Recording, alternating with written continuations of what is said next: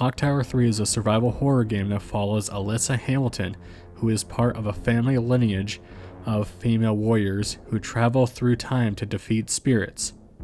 Alyssa travels from her time in 2003 London to the 1940s and the 1960s in order to defeat these entities and bring peace to troubled souls. Starting with the positives, I really liked Clock Tower 3's atmosphere. It was creepy, it was unnerving, and it was unsettling.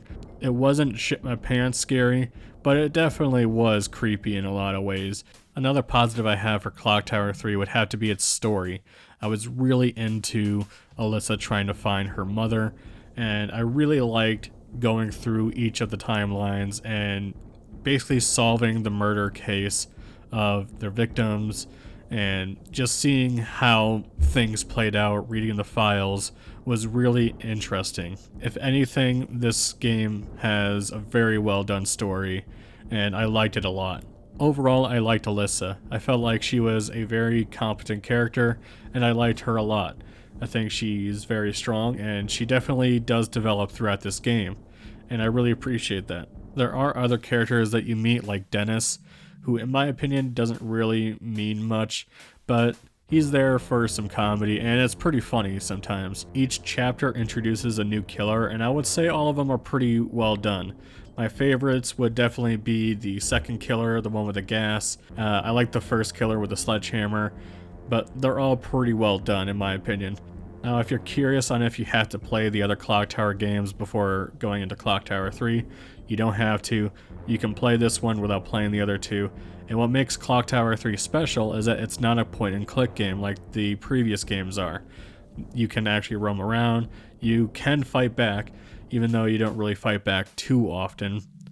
Most of the enemies that you're going to be seeing is different ghosts from people who have died brutally, and the only real way to get rid of them is to find something that's sentimental to them, like maybe a teddy bear, or maybe a wedding ring or a wedding band, and giving it back to the dead body so that the spirit can finally move on. You can use your holy water to kind of stun them so you can move on, but if you want to get rid of them, just find something that is very sentimental. And at the end of each stage, you will be having a boss fight, and the fights in this game are pretty interesting.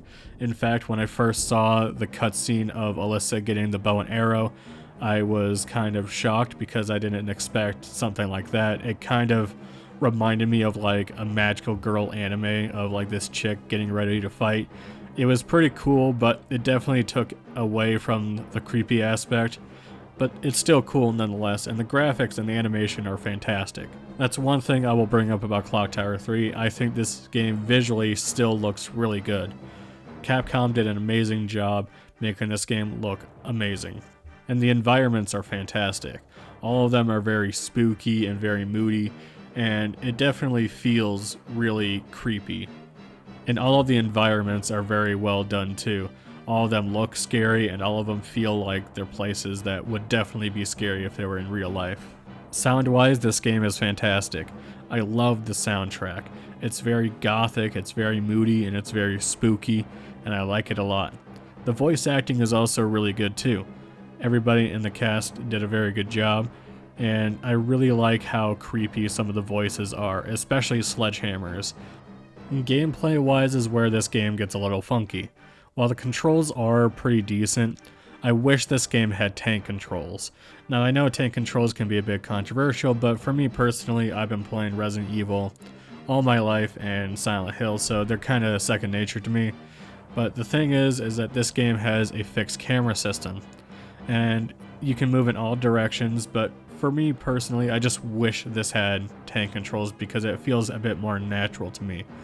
And yeah, there's 3D environments and the camera does move with you. It plays a little similar to Resident Evil Code Veronica X, where that game has tank controls and is in a 3D environment and also has fixed camera angles, but is also kind of moving with you.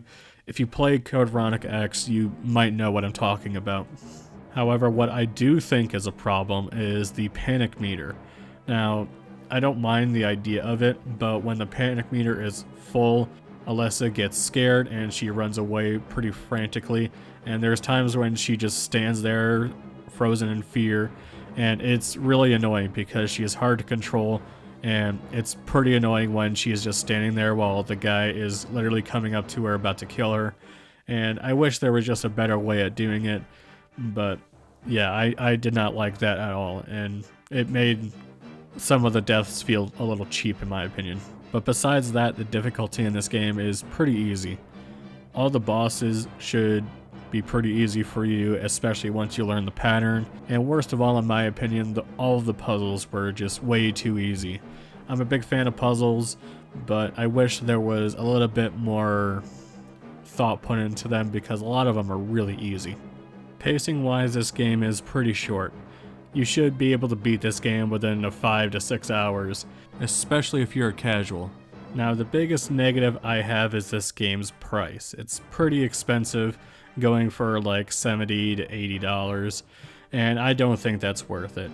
Thankfully for me, my good friend Shocker Zoo gave me the game for a really good price. So if you do find this game for a pretty good price, definitely pick it up because I do recommend it. Or just emulate it, do whatever you need to play this game because overall, Clock Tower 3 is an amazing game. I would go as far as to say this game is a bit underrated, and I think everybody should check this out, especially if you're a fan of survival horror. Anyways guys, that's going to be it for me. Let me know down below what you thought of Clock Tower 3, and I will see you next time. Big thanks to Miasma Senpai, Warpbait, and Ash the Man for supporting me on Patreon. You guys are awesome.